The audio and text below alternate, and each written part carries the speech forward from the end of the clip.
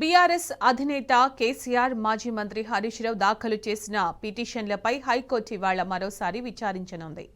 High court justice CP Ghosh commission నివేదికను రద్దు చేయాలని వేసిన పిటిషన్లపై కేసీఆర్ తరఫున సుప్రీంకోర్టు న్యాయవాది ఆర్యమ్మ సుందరం వాదనలు వినిపించారు.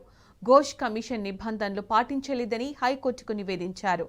నోటీసులు సరైన విధానంలో ఇవ్వలేదని న్యాయస్థానం దృష్టికి తీసుకొచ్చారు.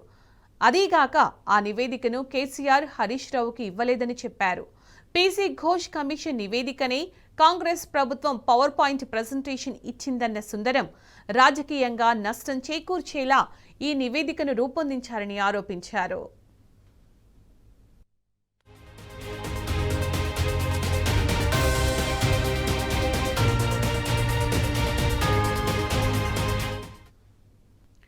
ఎలాంటి ఆధారాలు లేకుండా ఇచ్చిన జస్టిస్ ఘోష్ కమిషన్ నివేదికను రద్దు చేయాలని హైకోర్టును కోరారు న్యాయవాది ఆర్యమ్మ సుందర్. బీఆర్ఎస్ పార్టీని అప్రతిష్ట పాలు చేయాలని రాజకీయ వ్యూహంతోనే కమిషన్ నియామకం జరిగిందన్నారు.